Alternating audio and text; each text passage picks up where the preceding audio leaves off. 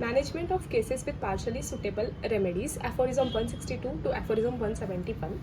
Generally in practice हम regular practice में क्या देखते हैं कि सिमिलिमम ढूंढना या होम्योपैथिक रेमेडी जो परफेक्टली ढूंढना वो एक बहुत ही डिफ़िकल्ट काम है। और इसके क्या रीजंस है तो चलिए देखते हैं।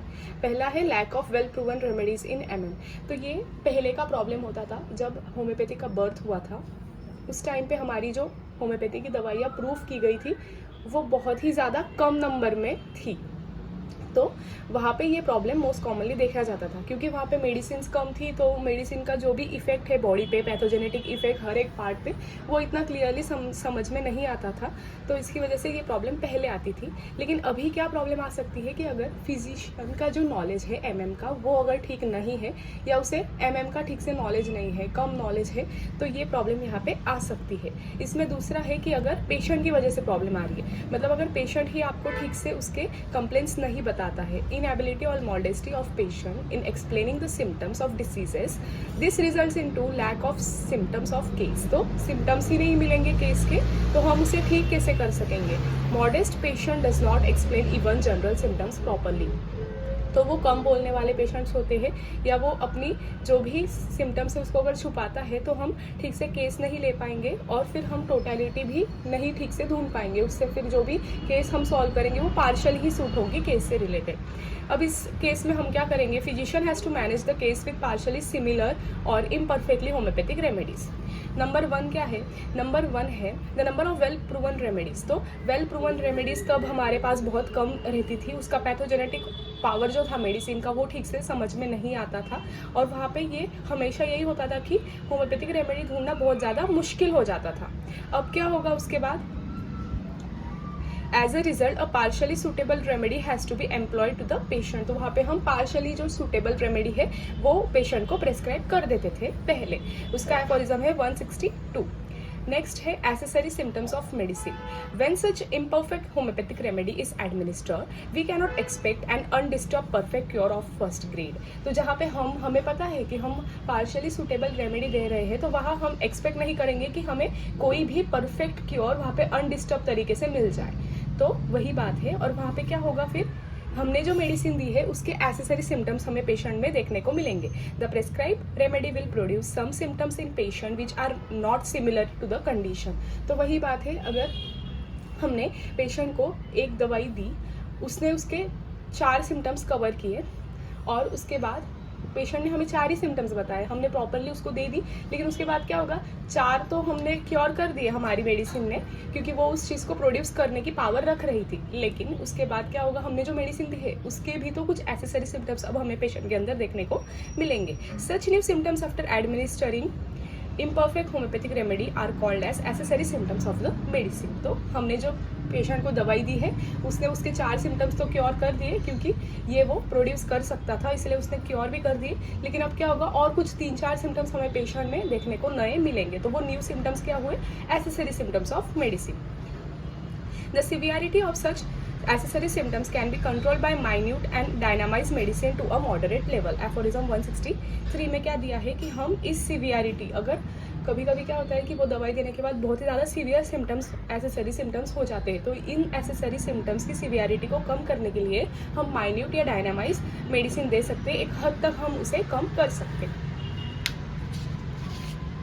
Even by administration of imperfect homeopathic remedies, the cure can be achieved without much disturbance। तो कब होगा ऐसा कि हमने दवाई दे दी है, वो इम्परफेक्टली ही केस को मैच हो रही है, लेकिन वो केस को क्योर कर सकती है कब, जब वो uncommon, peculiar, distinctive, characteristic symptom of the patient को अगर वो कवर कर पाती है तो मतलब जब हमने दवाई दी उसने हमें 4 ही सिम्टम बताए, लेकिन वो बहुत ही ज़्यादा पेक्यूलर, अनकॉमन सिम्टम थे जो हमें नॉर्मली दूसरे पेशेंट्स पे देखने को नहीं मिलते हैं। हमने दवाई दी तो क्या होगा, दवाई ने वो 4 सिम्टम्स को ठीक कर दिया।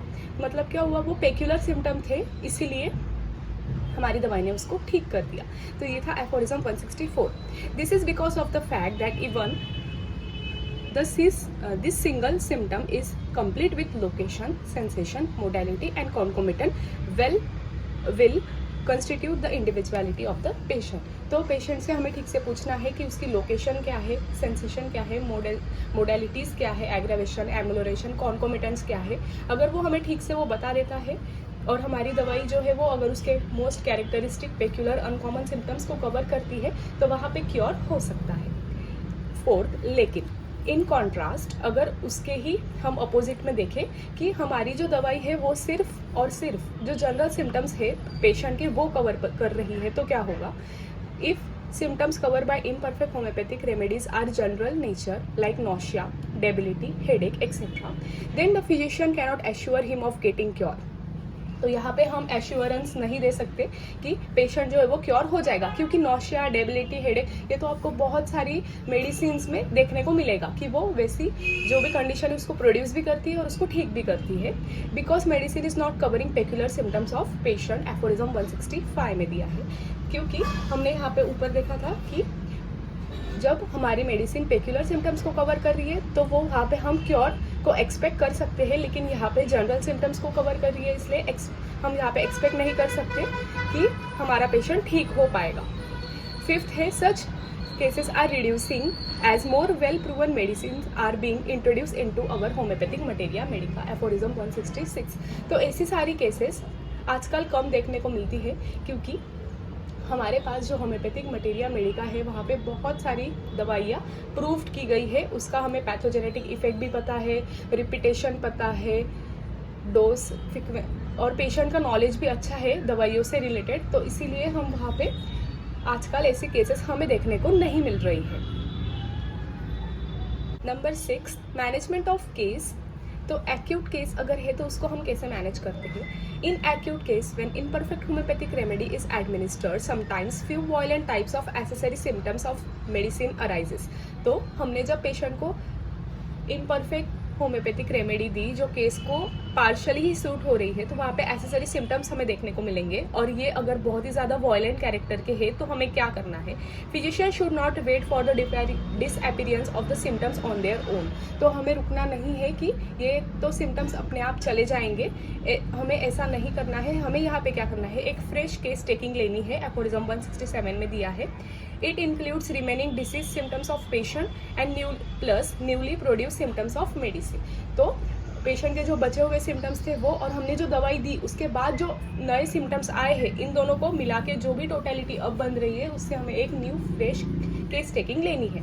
Number 7, remaining disease symptoms of patient plus the accessory symptoms of medicine equal to present totality of the patient, वही बात है। 8 नंबर पे है, this second remedy administered afresh sometimes can cure the case, if will not bring can close। तो ये case close to cure तो ले आ सकती है, और यहाँ पे क्या है, exciting totality has to be collected once again and suitable remedy is to be administer. तो जो हमने सेकेंड दवाई दी वो क्या करेगी, पेशेंट के कुछ सिम्टम्स को कम कर देगी, हमारे जो मेडिसिन के नए सिम्टम्स आए थे उसको भी कम कर देगी, और ये बहुत ज़्यादा केस को क्लोज लेकर आती है कहाँ पे, क्योर की तरफ। और वहाँ पे हम बार बार एक्साइटिंग जो भी टोटलिटी रहेंगी पेशेंट की उसको लेते रहेंगे जब तक पेशेंट ठीक नहीं हो जाता। This process of investigating and administering of remedy has to be followed till the patient is cured, aphorism 168। तो हम पेशेंट की बार बार नई केस टेकिंग लेते रहेंगे जब तक वो ठीक नहीं हो जाता। हर बार नई हमें फ्रेश केस टेकिंग लेना ज़रूरी है, फ्रेश टोटलिटी लेना ज़रूरी है।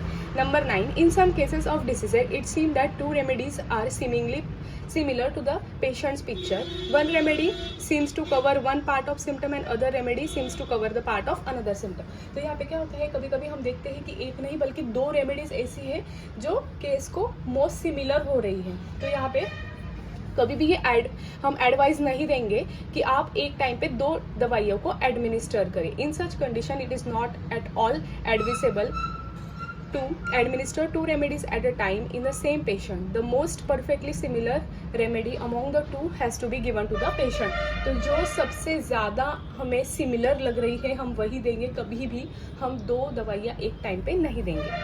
10, once the curative power of first remedy is over, the previously selected second remedy cannot be administered। तो हमने यहाँ पे देखा कि 2 दवाइयाँ इंडिकेट हो रही थी पेशेंट की केस की तरफ। तो ऐसा नहीं है कि पहले आपने ये दे दी, दूसरे फिर आपने बिना केस टेकिंग करे हाँ ये भी आ रही थी ना दूसरी वाली तो वो भी दे दी, ऐसा नहीं चलेगा। हमें पहले जो हमने दी है, अब वो क्या करेगी, कुछ सिम्टम्स उसके चेंज होंगे पेशेंट के अंदर, कुछ कम होंगे, कुछ ज़्यादा होंगे। अब अगले बार हम क्या करेंगे, दूसरी दवाई देने से पहले हमें हमेशा करंट टोटलिटी ही लेनी है। हम करंट टोटलिटी लेंगे, फिर से केस टेकिंग करेंगे और एक नया सिमिलिमम ढूंढे। अगर ये रिक्वायर है कि वहाँ पे पहली ही जो हमने दूसरी दवाई दी थी, अगर वही इंडिकेट हो रही है केस टेकिंग के बाद, तो हम वो एडमिनिस्टर कर सकते हैं। लेकिन अगर वहाँ पे कोई दूसरी दवाई इंडिकेट हो रही है तो हमने जो पहले 2 दवाइयाँ देखी थी उन दोनों को छोड़ के जो अब आ रही है नई टोटलिटी में, हमें वो देनी है। तो ये एफोरिज्म 169 एंड 170 है। अब यहाँ पे हमने ये एक्यूट केस का मैनेजमेंट देखा था। अब देखते हैं कि जो मैनेजमेंट ऑफ नॉन वेनरल मतलब सोरिक डिसीज के इम्परफेक्टली सिमिलिमम देने के बाद हम केस को मैनेज कैसे करेंगे। Majority of सोरिक cases can not be cure by one single alone remedy. तो हम एक ही रेमेडी से कोई भी सोरिक केस को हैंडल नहीं कर सकते, क्योंकि उसकी जो इनडेफिनाइट और क्रोनिक नेचर होता है उसकी वजह से वहाँ पे हमें एक दवाई से नहीं बल्कि दवाइयों को कंटिन्यू, एक खत्म होने के बाद दूसरी, ऐसे कंटिन्यू में हमें दवाइयाँ देनी होंगी। It requires several medicine in succession. तो हमें बार बार जो दवाइयाँ है वो देनी होंगी। The first medicine has to be administered after the other has completed its course. तो दूसरी हम कब देंगे, जब पहली दवाई ने कुछ सिम्टम्स प्रोड्यूस किए हैं, कुछ ठीक किया है और उसका एक्शन पूरी तरह से खत्म हुआ है, उसके बाद। Repetition can be done on the totality of symptom remaining. अगर वही रेमेडी के सिम्टम्स बच रहे हैं, मतलब हमने पेशेंट की फिर से नई केस टेकिंग ली, वहाँ पे फिर भी अगर हमें वही दवाई इंडिकेट हो रही है तो हम वो दे सकते हैं, वहाँ पे रिपीटेशन कर सकते हैं। After previous one has exhausted its action. Management of cases with partially suitable remedies, aphorism 162 to aphorism 171। इसको हम एक फ्लो चार्ट के थ्रू समझेंगे। तो जब भी हम किसी पेशेंट में पार्शियली सूटेड रेमेडी को प्रेस्क्राइब करेंगे तो क्या होगा, सबसे पहले हमें जो मेडिसिन है उसके एसेसरी सिम्टम्स देखने को मिलते हैं। तो देखते हैं, देखिए, administration of partially suitable remedy, उससे क्या मिले हमें, एसेसरी सिम्टम्स ऑफ मेडिसिन। अब यहाँ पे 2 कंडीशन अराइज हो सकती है, या तो मेडिसिन जो है अगर वो अनकॉमन और उसी के साथ पेक्यूलर सिम्टम्स पेशेंट के कवर करती है तो वहाँ पे क्योर टेक्स प्लेस होता है, लेकिन मतलब क्योर हो जाएगा पेशेंट में। लेकिन अगर हमारी जो मेडिसिन है वो सिर्फ जनरल कंडीशंस या सिम्टम्स को ही कवर कर पाती है तो इससे 2 चीज़ें आगे हो सकती है। अगर वो एक्यूट केस है तो यहाँ पे एसेसरी सिम्टम्स बहुत वॉयलेंट कैरेक्टर के अगर हमें दिखाई दे रहे हैं तो वहाँ पे हमें क्या करना पड़ेगा, एक न्यू रेमेडी चूज करनी पड़ेगी करंट टोटलिटी के ऊपर बेस्ड। करंट टोटलिटी मतलब क्या हुआ, हमने जो अभी पहले ये दवाई दी थी उसने जितने भी सिम्टम्स कवर किए और उसी के साथ अभी जो करंटली जो भी चेंज हुए हैं सिम्टम्स, ये सब मिक्स करके हमें पूरा एक सही से फिर से केस लेना पड़ेगा, न्यू केस टेकिंग करके। लास्ट में जो रेमेडी हमारी सिलेक्ट होगी वो हम उसे प्रेस्क्राइब करेंगे और हम ये कब तक करेंगे, जब तक पेशेंट ठीक से पूरा रिकवर नहीं हो जाता। तो ये था एक्यूट डिसीज में हम क्या करेंगे या एक्यूट केस में हम क्या करते हैं। जबकि अगर मेडिसिन जनरल सिम्टम्स कवर कर रही है लेकिन सोरिक केस है या सोरा है तो क्या होगा, सोरा अगर बैकग्राउंड में है तो हमें वहाँ पे सिर्फ एक मेडिसिन देकर हम वो पेशेंट को ठीक नहीं कर पाएंगे। तो वहाँ हमें क्या करना पड़ेगा, several medicine to be administered in succession. तो यहाँ पे कंटिन्यूसली हमें एक के पीछे एक, जैसे ही पहली दवाई का असर खत्म होता है वैसे ही दूसरी दवाई देनी पड़ेगी। वहाँ पे हमें हर बार एक बात याद रखनी है कि जो भी पहली दवाई अपना इफेक्ट करके जा रही है उससे जो भी टोटलिटी चेंज हो रही है तो हमें न्यू टोटलिटी वहाँ लेनी है और फिर उसके बाद कंटिन्यू उन्हें ट्रीट करना है। उसके बाद क्या होगा, हम ये कब तक करेंगे, जब तक पेशेंट पूरा ठीक तरीके से पूरा क्योर नहीं हो जाता। तो ये था management of cases with partially suitable remedies का फ्लो चार्ट। Thank you.